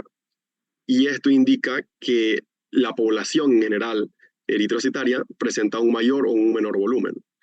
Un desplazamiento hacia la izquierda, como podemos observar, podría ser por la presencia de eritrocitos microcíticos, como una anemia ferropénica, o por betatalasemia, mientras que un desplazamiento a la derecha indica que la población en general presenta un mayor volumen a lo normal. Podría ser por la presencia de ovalocitos o eliptocitos o por una anemia megaloblástica. Continuando, presentamos lo que viene siendo la serie blanca o el histograma de serie blanca. observamos aquí se presentan múltiples curvas. En el caso de los histogramas de serie blanca, estas curvas van a ser nombradas como F1, F2 y F3, como podemos observar aquí. F1 correspondiendo a lo que viene siendo la población de linfocitos, F2 correspondiendo a lo que viene siendo eosinófilos, basófilos y monocitos, lo que se conoce como la zona mid, o F3 lo que corresponde a la zona de granulocitos o zona de neutrófilos. Similar a como observamos en el histograma de serie roja, va a presentar un límite superior que puede variar entre 150 a 300 femtolitros y un límite inferior que varía entre 30 a 60 femtolitros. Pero además de esto, para poder separar propiamente las poblaciones de pues, la curva F1, F2 y F3, se presenta lo que viene siendo los límites de T1 y T2. Estos son similares al límite superior y el límite inferior y presentan valores, como observamos abajo, el T1 es más flexible entre 78 a 114 femtolitros y el T2 generalmente mayor a 150 femtolitros. Esto permite pues la separación de las curvas en lo que observamos que viene siendo los valles, sería el área donde estos límites se presentan. Y estos valles están casi en contacto con lo que viene siendo la línea base. Y bueno, a la izquierda podemos observar en general los valores de las poblaciones celulares, los volúmenes generales o comunes que estos presentan.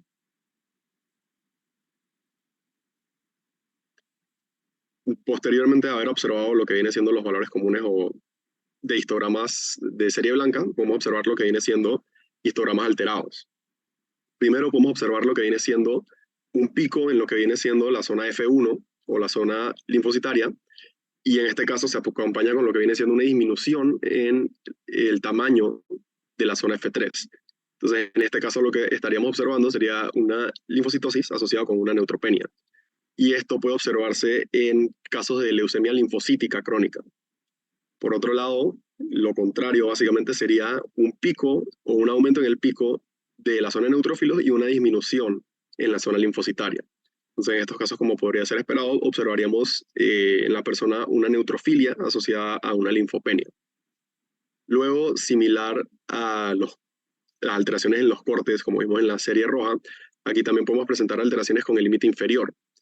En este caso puede ser, por ejemplo, por agregados plaquetarios, macroplaquetas, beta-talasemia o incluso por presencia de drepanocitos.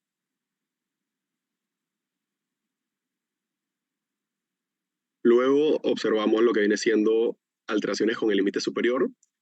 En estos podemos observar lo que podría ser, por ejemplo, una neutrofilia severa en caso de leucemia mieloide crónica o por presencia de agregados agregados leucocitarios que pues en este área de neutrófilos producirían ese aumento del volumen al nivel del discriminante. Luego podemos presentar lo que viene siendo curvas anormales en T1 y T2. Esto es detectado debido a que el equipo no detecta lo que viene siendo el valle normal en donde T1 se encontraría. Ese área de menor volumen entre cada población celular no se detecta de forma correcta. Se encuentra elevado, como podemos observar.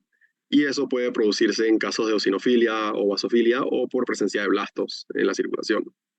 En el caso de la curva anormal en T2, es básicamente el mismo concepto, solo que se encuentra entre las poblaciones de F2 y F3, es decir, entre la zona de eosinófilos y basófilos y la zona de granulocitos neutrófilos. Y puede producirse en casos igualmente de eosinofilia o por la presencia de neutrófilos inmaduros. Luego presentamos lo que viene siendo pues, el histograma de plaquetas. Este no presenta exactamente como en el histograma eritrocitario una distribución o una curva de Gauss, pero sí se presenta como una curva cónica que se presenta más o menos entre valores de 2 a 30 femtolitros debido al menor volumen que presentan las plaquetas. Igualmente presenta un límite superior y uno inferior, que el límite inferior varía más o menos entre valores de 2 a 6 femtolitros, dependiendo pues, del paciente o de la persona realizándose la prueba, y el límite superior se presenta generalmente entre valores de 12 a 30 femtolitros.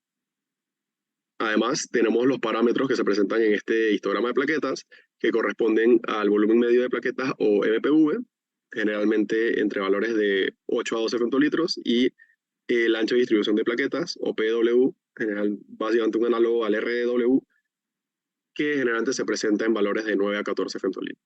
Perdón, 9 a 14%. Y bueno, existen varias causas que pueden producir alteraciones en estos valores. Por ejemplo, alteraciones del volumen medio de plaquetas. ¿Puedes regresar, por favor, Diego? Sí. Alteraciones en el volumen de plaquetas puede ser producido en casos de pacientes que tengan, por ejemplo, un aumento en el volumen de plaquetas. Puede producirse en pacientes que presentan una esplenectomía y no hay una eliminación correcta de las plaquetas, o en casos de pacientes que tengan una leucemia mieloide crónica. Cambio de disminuciones pueden darse en pacientes que están presentando un episodio de hiperesplenismo o presentan, por ejemplo, una anemia plásica. Por otro lado, pues alteraciones en el ancho de distribución plaquetaria o PW, un aumento puede producirse similarmente por una anemia plásica, o pueden producirse, por ejemplo, por una anemia megaloblástica o leucemia mieloide crónica. En cambio, un aumento falso, por ejemplo, de PW puede ser simplemente por agregados plaquetarios. Ahora sí, la siguiente diapositiva, por favor.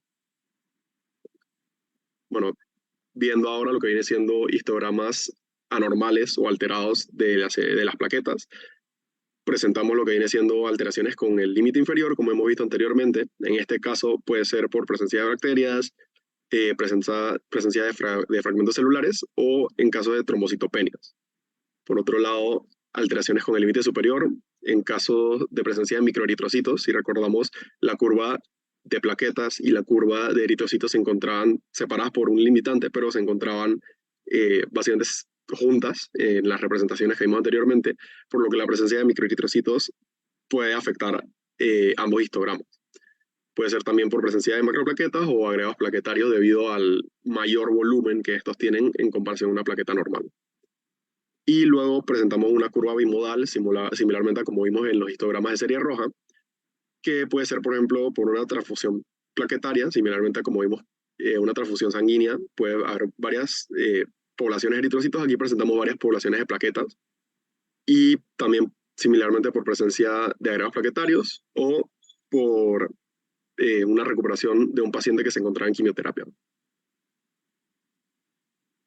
Ahora, en general, interferencias que se pueden presentar en cada histograma, que pueden afectar la forma de cada histograma. En la serie roja, varios que ya habíamos mencionado antes, la presencia de macroplaquetas, células fragmentadas, eritrocitos fragmentados o crioglobulina o una aglutinación fría de eritrocitos pueden alterarlo o pueden interferir con la lectura correcta.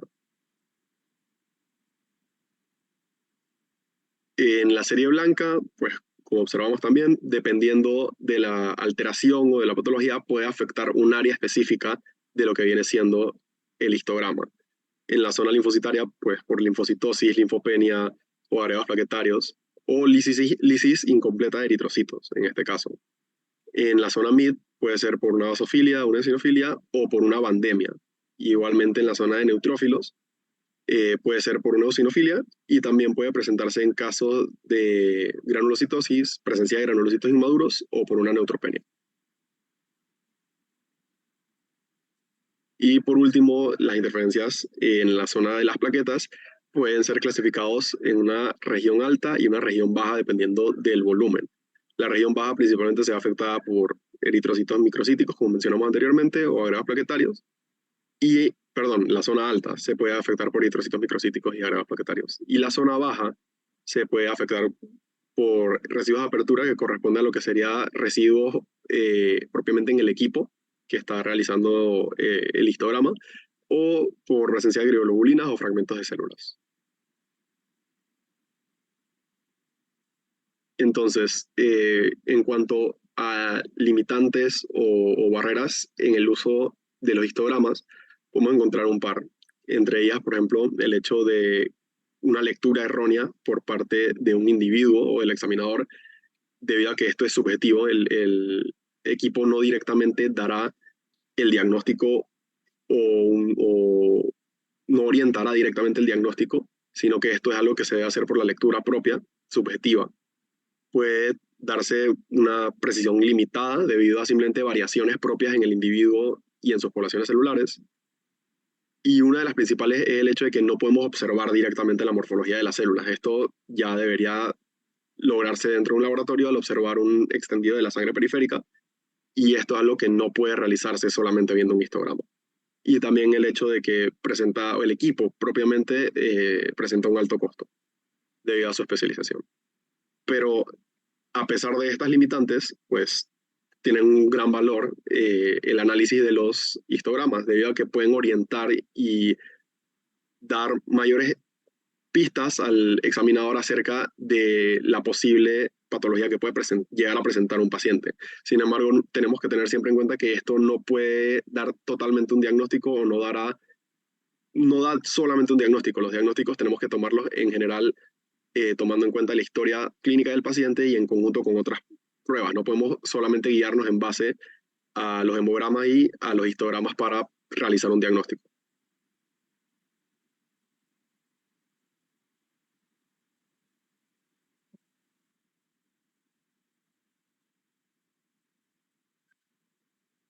Continuando con nuestra presentación, voy a hablarles sobre lo que son los dispersogramas. Bien, un dispersograma va a ser un análisis tridimensional de células para el cual se utiliza un mínimo de 2 parámetros y es utilizado especialmente para representar la diferenciación de subpoblaciones de leucocitos por las propiedades. Por lo que estos parámetros hacen coincidir con las propiedades celulares específicas, permitiendo de esta forma su clasificación en 5 o más de los grupos celulares, que van a ser los neutrófilos, los eosinófilos, los basófilos, los linfocitos y los monocitos. Asimismo, también es un método que nos permite sospechar con un alto grado de certeza la presencia de células inmaduras diferenciadas y no diferenciadas.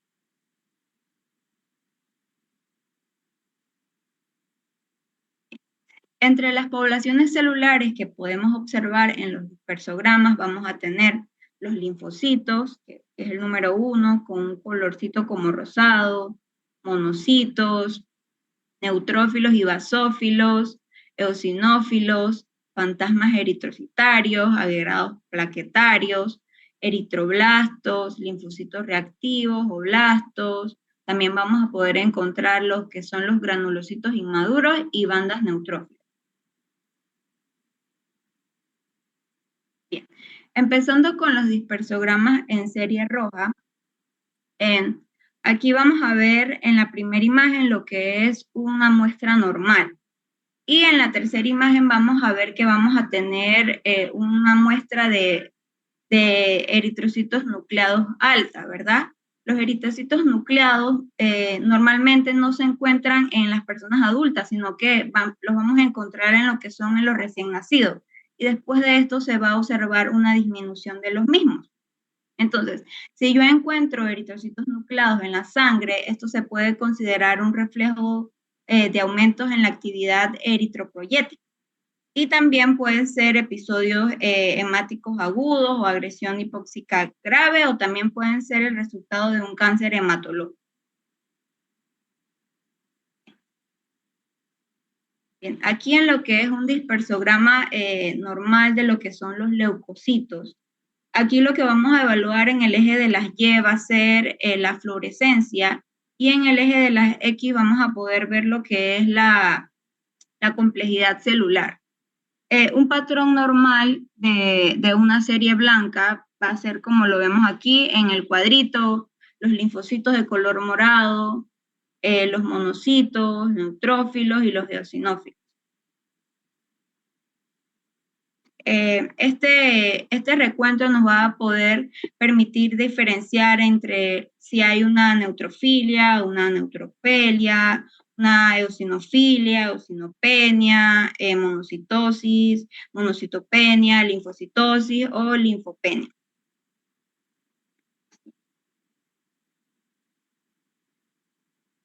Bien, aquí vamos a ver lo que son patrones anormales de la serie blanca. El primer ejemplo es una leucopenia, ¿verdad? Podemos observar que hay una disminución de linfocitos, neutrófilos y eosinófilos. Y también vamos a notar que no tengo monocitos, hay ausencia de los mismos. También vamos a poder ver en el ejemplo B lo que son linfocitos reactivos. Normalmente los linfocitos reactivos yo los debo encontrar en lo que sería como en el segundo cuadrante. Pero aquí vemos que el color que es como moradito también lo veo por arriba, ¿verdad? Van a estar arriba de los monocitos. También en el ejemplo C voy a tener lo que son granulocitos inmaduros, que va a ser el color más azul que estoy viendo, ese que está ahí arriba de los neutrófilos.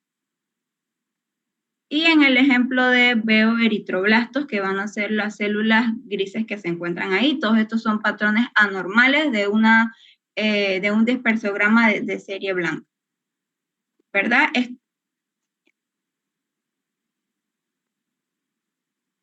A ver aquí, siguiente, Diego.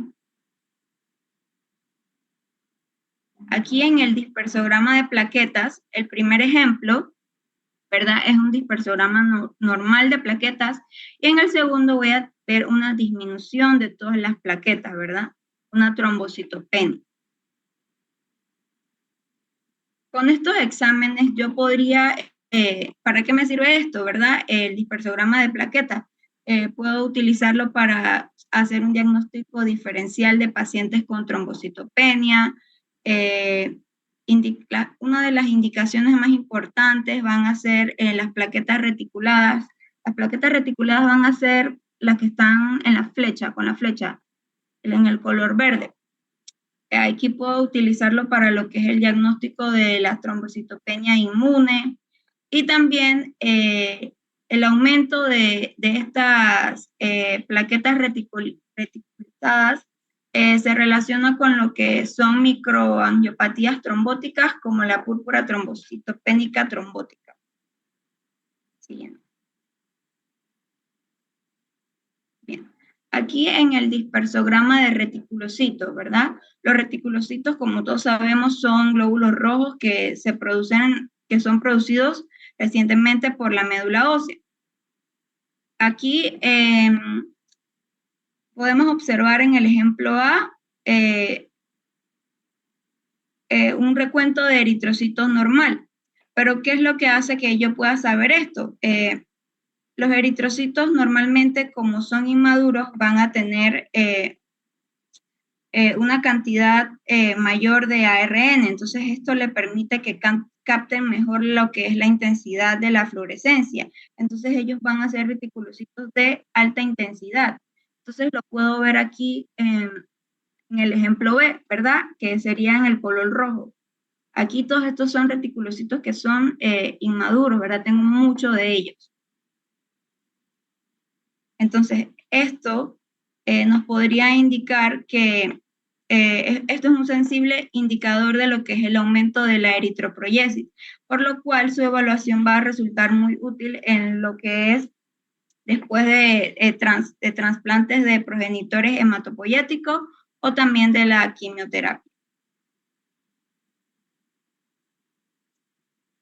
Bien, en cuanto a las limitaciones que podemos encontrar en este método, es que este método nos muestra muy poca información morfológica de la célula. Simplemente voy a ver lo que es como la agregación de las células, no voy a ver la forma de ellas. También estas agregaciones suelen alterar lo que es el conteo de las agregaciones de las series. Y también que esto puede aumentar o disminuir el resultado de las interferencias, y también que son equipos muy caros y que para poder utilizar estos equipos se necesita lo que es un entrenamiento y una formación para saber manejarlos. Siguiente. Bien, en cuanto a las interferencias que podríamos encontrar en lo que es el dispersograma de serie blanca, puede ser acumulación de plaquetas, crioproteínas, crioglobulinas y también plaquetas gigantes.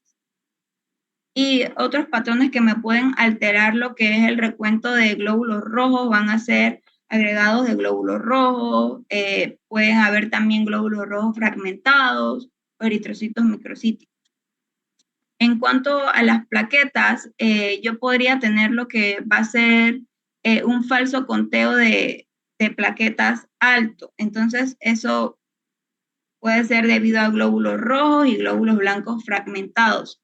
También puedo tener lo que es un falso conteo de plaquetas bajas debido a una trombocitopenia y plaquetas gigantes.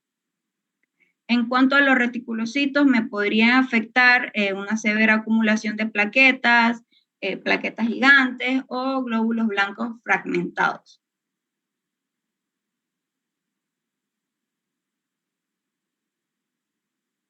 Ok, con todo esto, pues ya con toda la información, toda la base teórica, pues vamos a poner en uso, en práctica, estos términos y todos estos análisis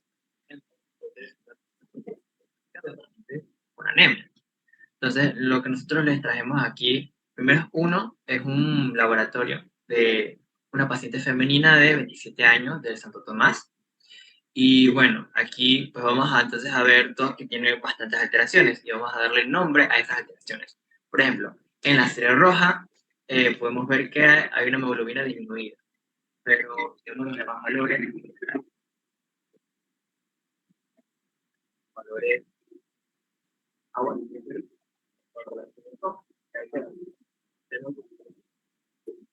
No se oye muy bien, no sé. Se oye bajito, pero no sé si es acá mi computadora o qué. No, no se oye. Bueno, suba el volumen, pues. ¿Ahora? Ahora sí. Ahora se escucha. Es que parece que sube y baja.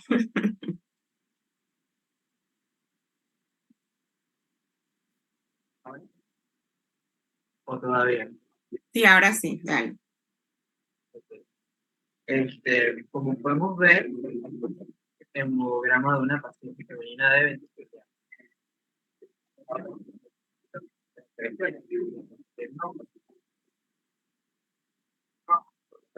Está disminuida, pero luego está normal, la hemoglobina también es normal. Ok, pero la pregunta es, ¿qué tenemos que hacer para remediar esta alteración? Si alguien quiere participar o decirme ¿Cuál era la pregunta? que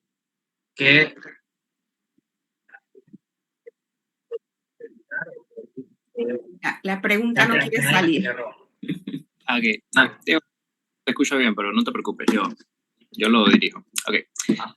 Bien, chicos, lo que vamos a hacer es que vamos a ver las alteraciones. Ya entonces, con todo lo que hemos dado en la charla, ustedes pueden o deberían tener la capacidad de nombrar cada una de las alteraciones que vemos aquí. Recordando un poco de patología, recuerden que no estamos buscando un diagnóstico clínico, ya que no tenemos una historia clínica, solo queremos el diagnóstico de laboratorio, que es lo que vemos de acuerdo a los parámetros del laboratorio. Entonces, bueno, podemos ir por orden. O sea, primero, ustedes ven la hemoglobina, entonces, siendo la hemoglobina, ¿cómo se encuentra el paciente? Ajá, ok, tenemos una anemia. Bien. De acuerdo al hematocrito.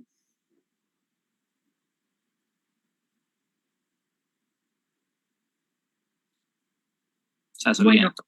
sí, bueno, en general aquí todo el parámetro de rojo está bajo. Entonces, para reportarlo, se reporta básicamente más en la hemoglobina, para ver si hay anemia o no. Hematocrito, ya sabemos que el paquete de rojo también está bajo, ¿no? Que coincide con la hemoglobina.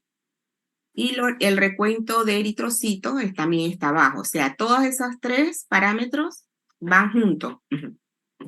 Sí. Bueno, entonces para caracterizar esta anemia, ¿qué otros parámetros tienen que, a los muchachos, qué otros parámetros tienen que considerar?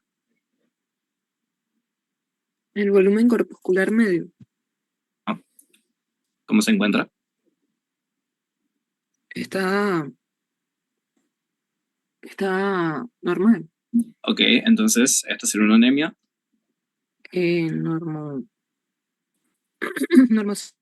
Normocítica. Bien. Y aparte del volumen corpuscular medio, ¿qué más hay que considerar?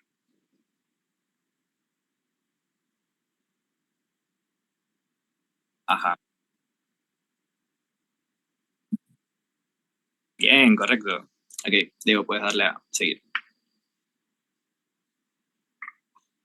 Ok, entonces la serie roja nos indica que es una anemia normocítica normocrónica, y eso lo podemos ver viendo los parámetros del laboratorio. Ahora, en cuanto a la serie blanca, aquí sí podemos ir como por cada uno. Primero los neutrófilos, diremos que el paciente que tiene. Ajá, los linfocitos, Linfopenia. los monocitos, Monocitosis. eosinófilos, Eosinopenia. y los basófilos. Basofilia. Eosinofilia, eosinopenia, sí. Bien, ok, dale Diego. Listo, entonces con la serie blanca podemos ver que el paciente tiene neutrofilia, linfopenia, monocitosis, eosinopenia y basofilia. Exacto, siguiente. Aparte, también podemos ver los reticulocitos. Entonces diríamos que la serie reticulocitaria, ¿cómo se encuentra?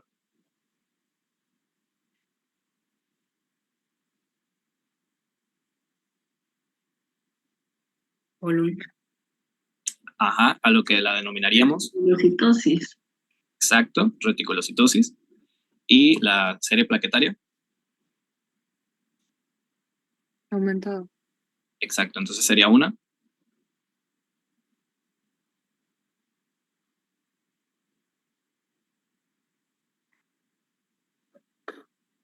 Alguien que ayude. Una trombocitosis. Exacto. Tenemos reticulocitosis y trombocitosis. Bien. Siguiente. Y bueno, en esta entonces, para no solo quedarnos con la parte del hemograma, también queríamos mostrar cómo se ve un dispersograma. A la derecha podemos ver el dispersograma y los histogramas normales, y a la izquierda entonces tenemos un paciente con alteración.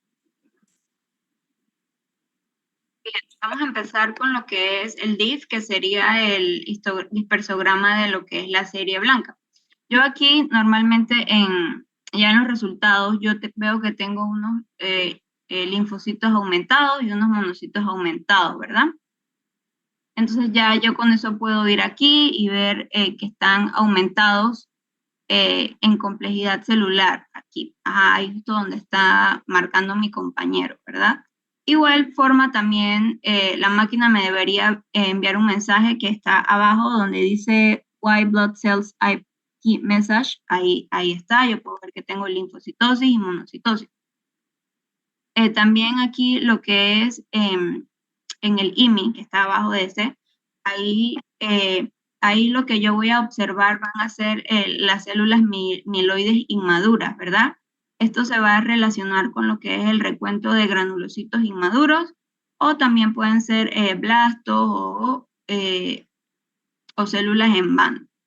Aquí lo que yo voy a tener va a ser una desviación a la izquierda. Voy a tener presencia de células granulocíticas inmaduras, ¿verdad? Aquí se ve eso y los puntitos que están al lado de eso. Ajá, eso son células granulocíticas inmaduras. ¿Por qué aparecen en la línea de blanco? No, están abajo en el IMI. Sí, pero ¿por qué la máquina lo envía a esa área? Porque normalmente ese sería el lugar donde deberían estar los blancos. Entonces la máquina lo detecta básicamente como un error. Ajá. Bueno, también quiero agregar que los normoblastos, el otro cuadro que dice NRBC, también los manda ahí, a pesar de que ese es serie blanca, porque ella no está diferenciando en realidad si es blanco o rojo, línea roja, sino es el tamaño, por el tamaño. O sea, casi todos los blastos los van a mandar al primer mensaje, que es WBC. Sigue. Y bueno, ya también podemos ver los reticulocitos, que no tengo presencia de reticulocitos inmaduros porque no los estoy viendo en lo que sería el último cuadrante. Ah.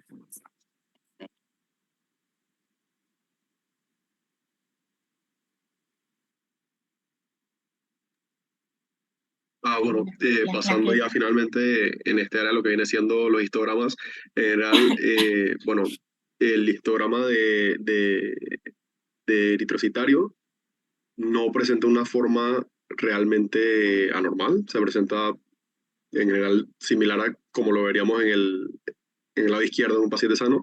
Sin embargo, al observar el histograma de las plaquetas, observamos que lo que vendría siendo la zona baja y la zona alta se presenta pues básicamente aplanado. Si observamos realmente los valores en el propio hemograma, observamos que realmente no se están detectando plaquetas, lo que podría representar un error en la muestra o podría ser que el paciente presente una muy severa trombocitopenia y debido a esto presentaría este histograma aplanado de las plaquetas.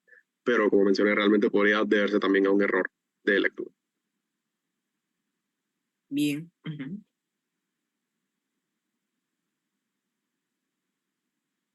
Ya terminamos aquí, ¿ah? Sí, ya esta sería nuestra bibliografía. Ah, ok. Sí, bueno, el análisis de la biometría hemática sería como la conclusión porque está abarcando todos los puntos que se trataron, la mayoría de los puntos tratados en la charla de biometría hemática 2. Entonces, hice énfasis en que las pusieran ahora porque en el taller que vamos a hacer el jueves, vamos a presentarle varias biometría hemática y ustedes tienen que poner cómo sale esa biometría. Primero, si hay anemia, o si no hay anemia, no ponen nada. Va a ser igual que esta parte del segundo biometría hemática que aparece aquí, en blanco, rojo y plaquetas.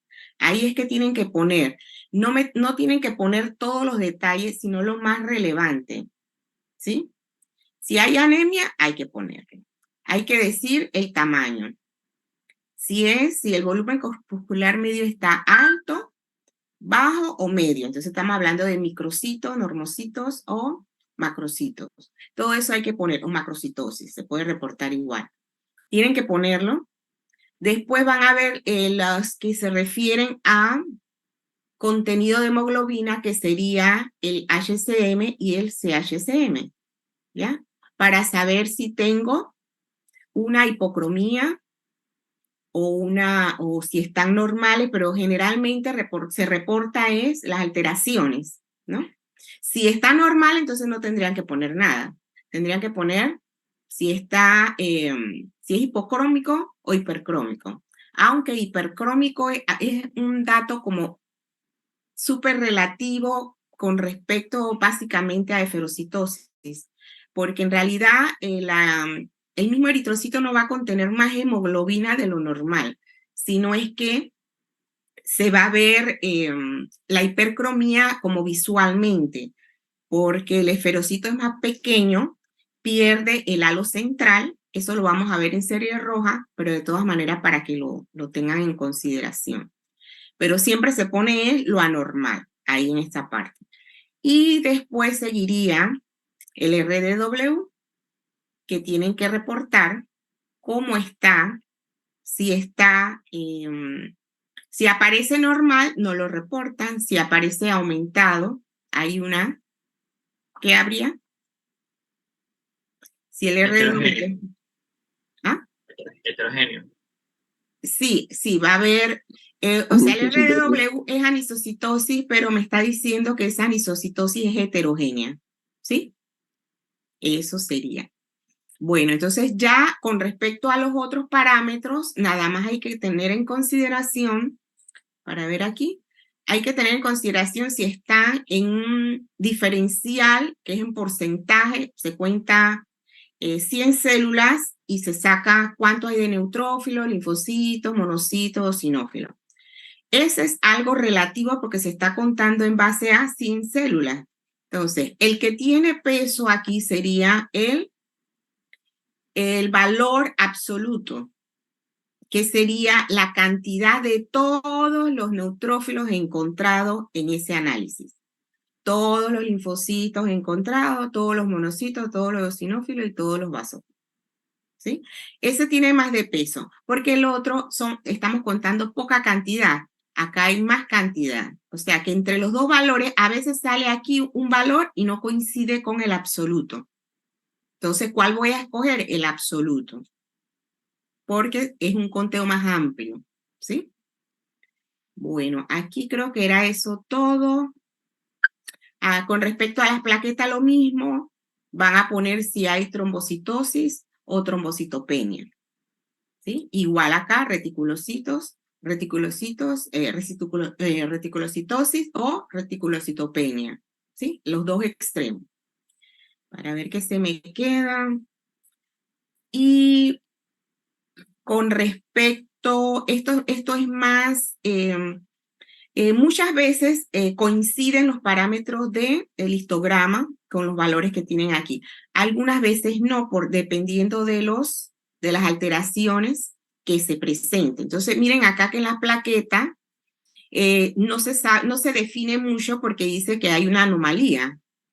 La distribución es anormal. Entonces, cuando son casos así, hay que ver sangre periférica para ver qué está pasando, si son acumulaciones, si son que hay macroplaquetas, etc. O sea, les da un indicio. ¿Sí? ¿Alguna pregunta? Esto lo vamos a seguir tratando para el jueves en el taller, para que lo hagan más fluido, ¿no? Ahora es la primera vez que estamos tocando el tema, así es que ya para la otra semana se debe estar manejando mucho mejor. Para eso les voy a entregarle el martes, me tienen que acordar, entregarles los valores. Les voy a entregar una hoja de los valores para que lo trabajen mejor con la biometría hemática en el taller. Y la hoja que no se las he mandado, pero se las voy a sacar en copia para la otra semana. ¿Alguna pregunta? Bueno, si no hay pregunta, lo que yo quiero decirles es, vamos a decir la pregunta para que no se me vaya. 1. Yo dije al inicio, pero como no todos estaban, todos deben de quitar su foto de perfil cuando se está dando el seminario. Eso es una cortesía ante el profesor y ante sus compañeros que están exponiendo el seminario. ¿Sí? Hoy iba a tomar en consideración, porque me puse a apuntar todos los que dejaron su pantalla cerrada, pero dije que como era la primera vez, se las voy a pasar, pero ya de aquí, la clase de más tarde, tienen que abrir su pantalla, porque también se les va, entonces si las dejan cerrada, el doctor va a estar llamando, si llama, va a estar llamando a las pantallas cerradas, más rápido que a las abiertas. Entonces lo otro sería, José, necesito la lista de hoy, si es posible que la obtengas, y la de teoría. Los días que son en virtual, vamos a estar tomando esa asistencia, por favor, y me las envías la semana que sigue. Te lo agradecería mucho. Bueno, creo que con eso es más que suficiente, ya van a ser las 11. Empezamos más tarde porque este seminario era un poco más corto que el primero. Las notas se las voy a dar la otra semana, pero me tienen que traer el USB para poder agregar los videos y su charla para todos, ¿sí? Así que quedamos así. Vale, doctora. Ok, nos vemos, pues.